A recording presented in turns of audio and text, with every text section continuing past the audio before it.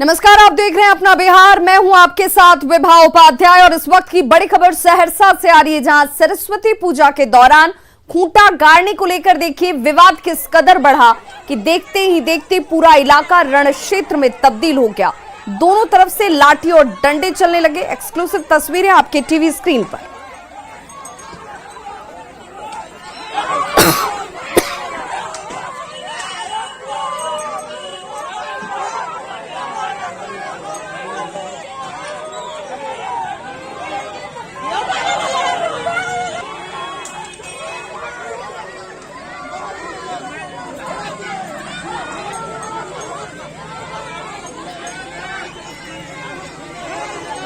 तो दो तस्वीरें आपके टीवी स्क्रीन पर है। देखिए कैसे खूंटा गाड़ने को लेकर के मारपीट की शुरुआत होती है। मारपीट और पत्थरबाजी, 8 लोग इस दौरान जख्मी हो गए हैं और फिलहाल इस पूरे मामले को लेकर पुलिस की तरफ से जांच पड़ताल शुरू की गई है। लाठी डंडे चलने लगे, एक दूसरे के ऊपर लोगों ने लाठी और डंडों से हमला कर दिया। दोनों गुटों के बीच जमकर पथराव होता है।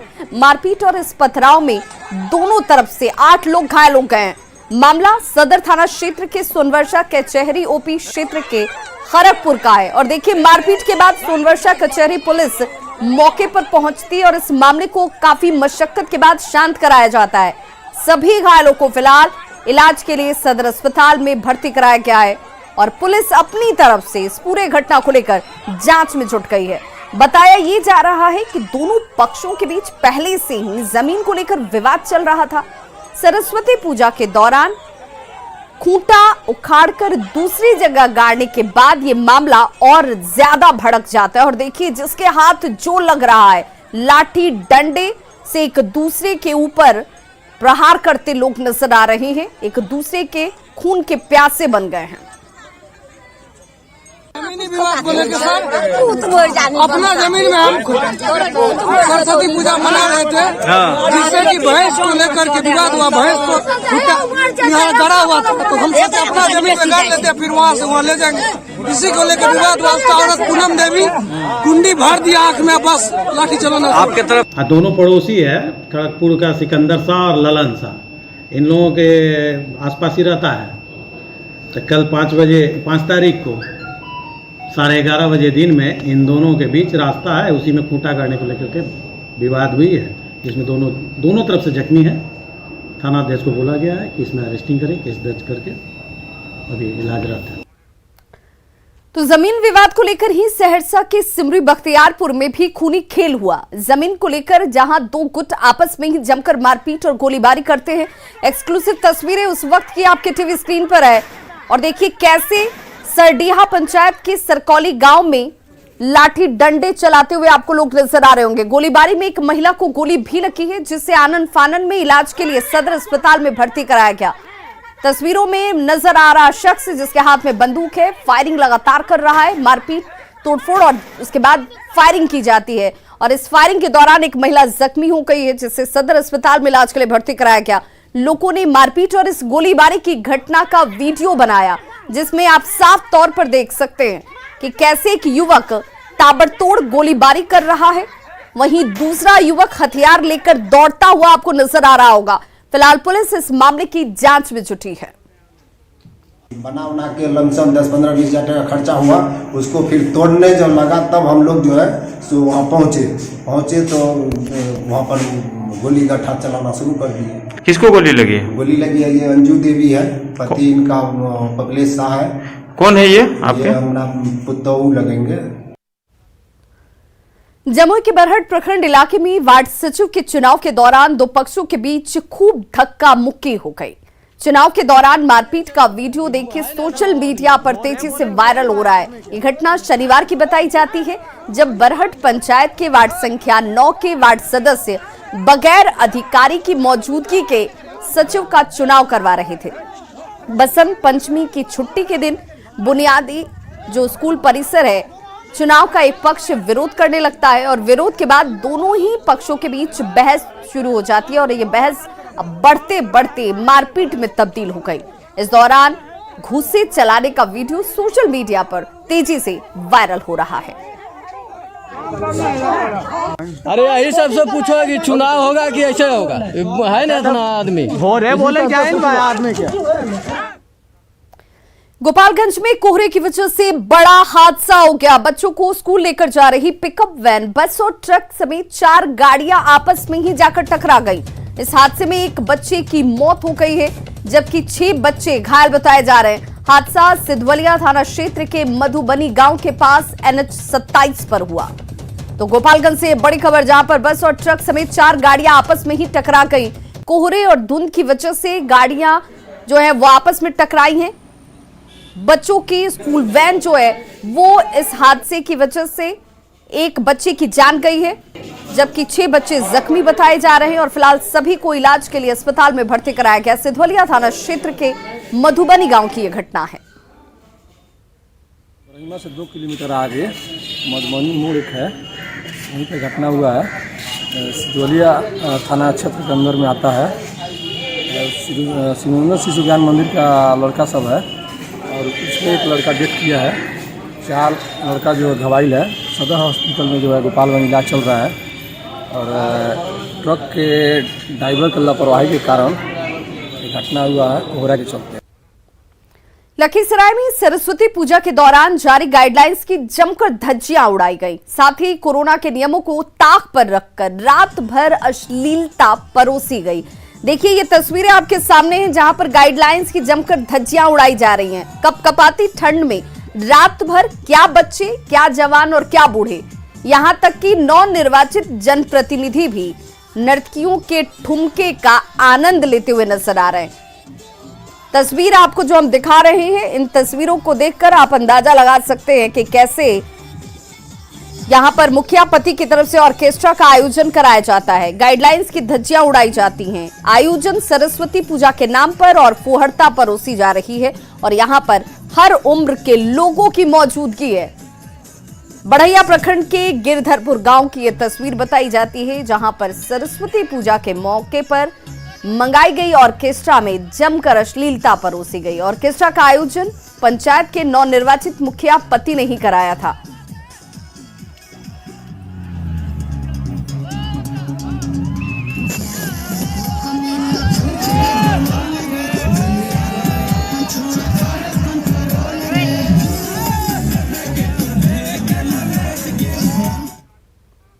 वहीं बगहा में भी सरस्वती पूजा विसर्जन के अवसर पर ऑर्केस्ट्रा गर्ल के ठुमके का वीडियो तेजी से वायरल हो रहा है और इस वायरल वीडियो की तस्वीरें आपके सामने हैं, जहां पर पटखौली थाना क्षेत्र अंतर्गत यमुनापुर गांव में जमकर ठुमके लगाए गए। सरस्वती पूजा के नाम पर यह डांस का आयोजन कराया गया और पूजा के दौरान ऑर्केस्ट्रा का आयोजन देखिए किस रूप में, जहां पर ऑर्केस्ट्रा गर्ल ने जमकर ठुमके लगाए, लेकिन पुलिस को इसकी भनक तक नहीं लगती है।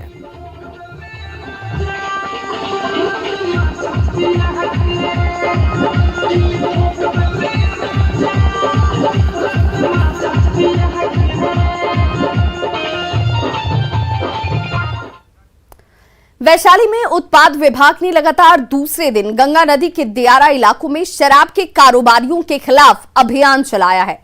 देखिए कैसे ड्रोन की मदद से और स्नीफर डॉग के साथ शराब भट्टियों की पहचान की जा रही है और उन्हें लगातार ध्वस्त भी किया जा रहा है। बिदुपुर थाना क्षेत्र के टापूनुमा दियारा क्षेत्र की यह तस्वीर है, जिसे ड्रोन की मदद से 15 भट्टियों को चिन्हित किया गया और उसके बाद उसे ध्वस्त किया गया। साथ ही कारोबारियों की फूस की झोपड़ी में आग भी लगाकर उसे नष्ट किया गया है। उत्पाद विभाग की टीम ने मौके से शराब बनाने के 30 उपकरण को जब्त किया है और कार्रवाई के दौरान 27 शराब कारोबारियों की पहचान कर इनके खिलाफ प्राथमिकी भी दर्ज कर ली गई है।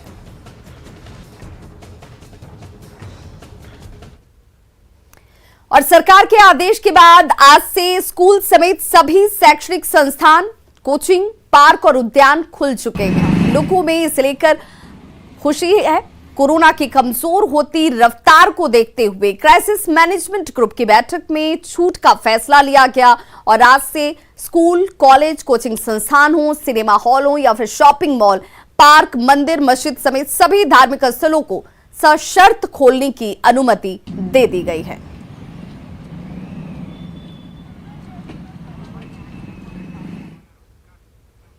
तो देखिए, सरकार के आदेश के बाद पाबंदियां अब हट चुकी हैं और क्या पाबंदी हटी है वो भी हम आपको ग्राफिक्स के जरिए जानकारी देते चले। तो 8वीं तक के स्कूल 50% क्षमता के साथ आज से खुल चुके हैं। 9वीं और उससे ऊपर के अगर स्कूल की बात की जाए तो वो पूरी क्षमता के साथ खुले हुए हैं। सभी स्कूल, कॉलेज, कोचिंग संस्थान पूरी क्षमता के साथ खुल चुके हैं।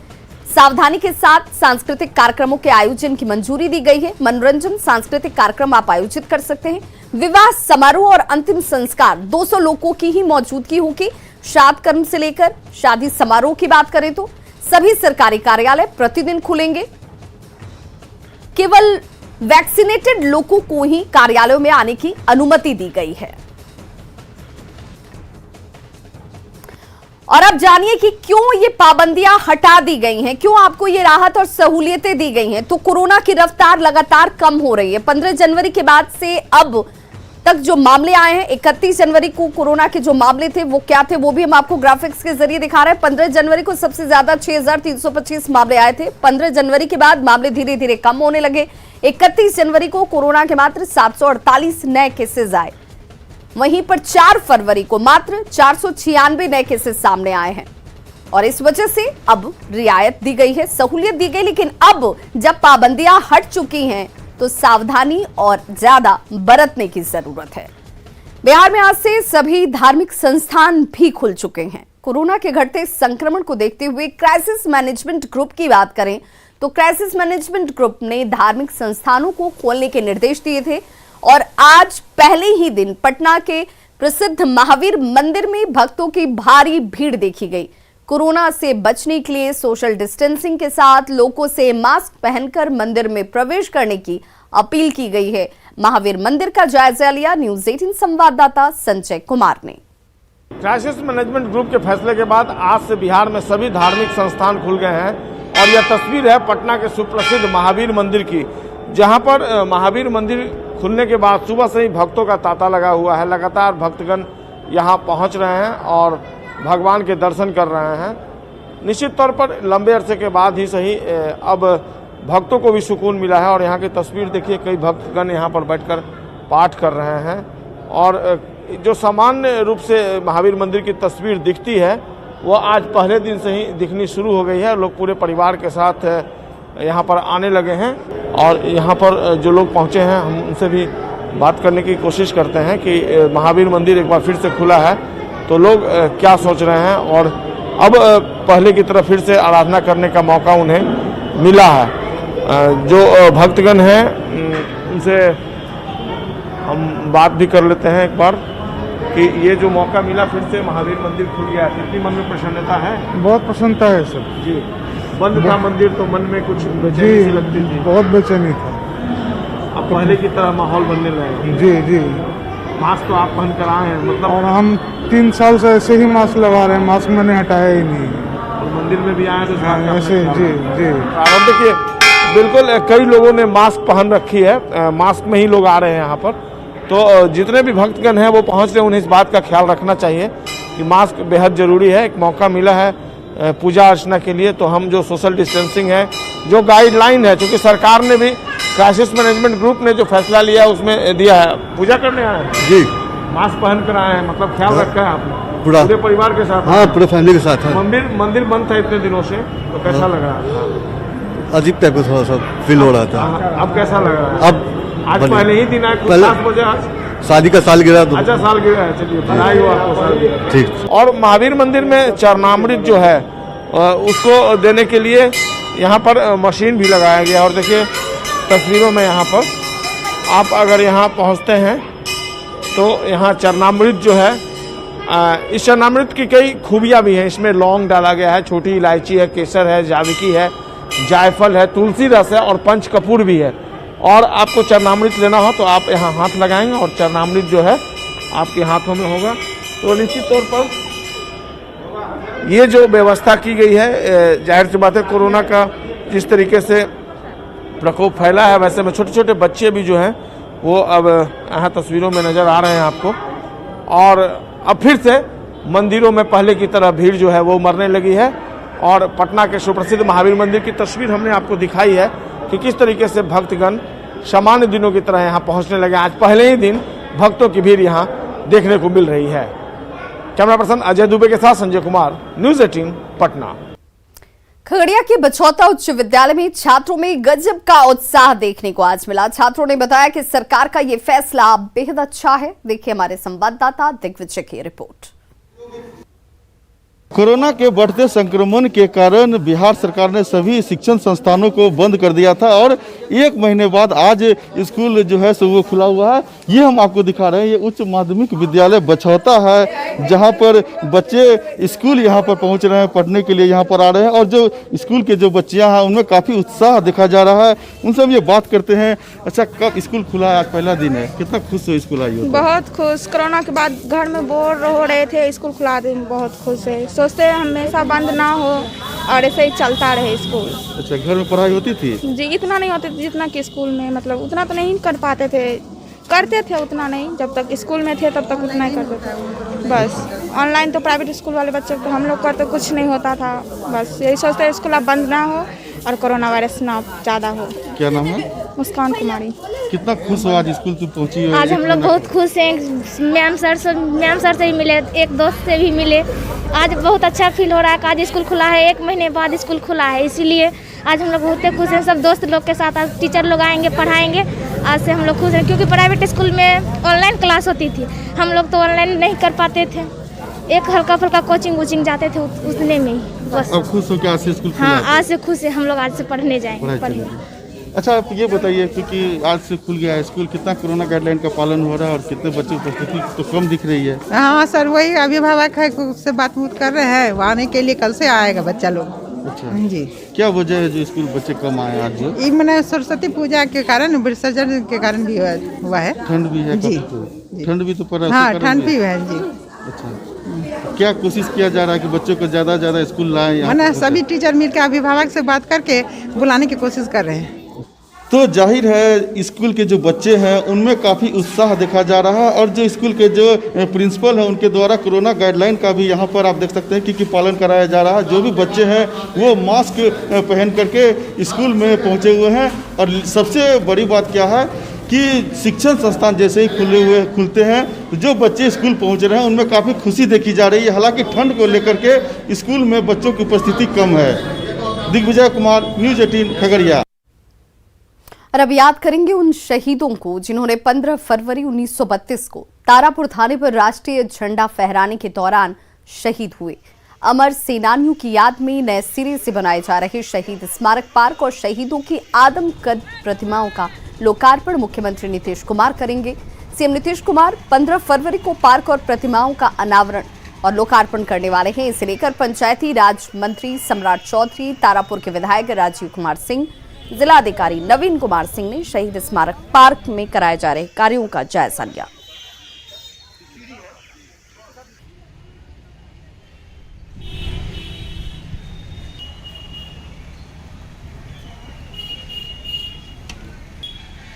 तो देखिए, भवन निर्माण विभाग के वरीय अभियंताओं को आवश्यक निर्देश भी इसे लेकर दिए गए हैं। मुंगेर जिला मुख्यालय से 50 किलोमीटर दूर तारापुर अनुमंडल आजादी की कई गाथाओं को अपने आप में ही समेटे खड़ा है। उन्हीं गाथाओं में से एक गाथा में 15 फरवरी 1932 का भी जिक्र है, जिसमें तारापुर थाना भवन पर राष्ट्रीय झंडा फहरा रहे स्वतंत्रता सेनानियों को अंग्रेजों ने गोलियों से भून दिया था, जिसमें 34 स्वतंत्रता सेनानी शहीद हो गए थे। उन्हीं की याद में तारापुर शहीद दिवस मनाया जाता है। 15 फरवरी को इसका ऐतिहासिक दिन है, जिसमें स्वतंत्रता सेनानियों ने अपने प्राणों की आहुति दी थी। उसी के दिन हम लोगों ने आग्रह किया है कि 15 फरवरी को वो आए और यहाँ पर इसका उद्घाटन करें। हम लोगों ने इसी के लिए मूर्ति पूरे थाने का नया जीर्णोद्धार का काम किया है। 15 फरवरी के दिन ही तारापुर थाना पर झंडा फहराने के क्रम में 34 लोग शहीद हुए थे। तो 13 लोगों का तो पहचान कर लिया गया था, लेकिन 21 लोगों को पहचान नहीं हो पाई थी। उसी मूर्ति का अनावरण और शहीद पार्क जो बनाया जा रहा है, उसी शहीद पार्क और मूर्ति का अनावरण करने के लिए माननीय मुख्यमंत्री जी संभवतः 15 फरवरी को आ रहे हैं। यहाँ जो शहीद पार्क बन रहा है हमारे तारापुर में, और तारापुर थाना भवन में भी पार्क बनाया जा रहा है। अगर इसको पर्यटक स्थल बना दिया जाए तो हमारे तारापुर में रोजगार का भी अवसर प्राप्त होगा। तो खबरों का सिलसिला लगातार जारी है। आप देखते रहिए न्यूज़ 18 बिहार झारखंड।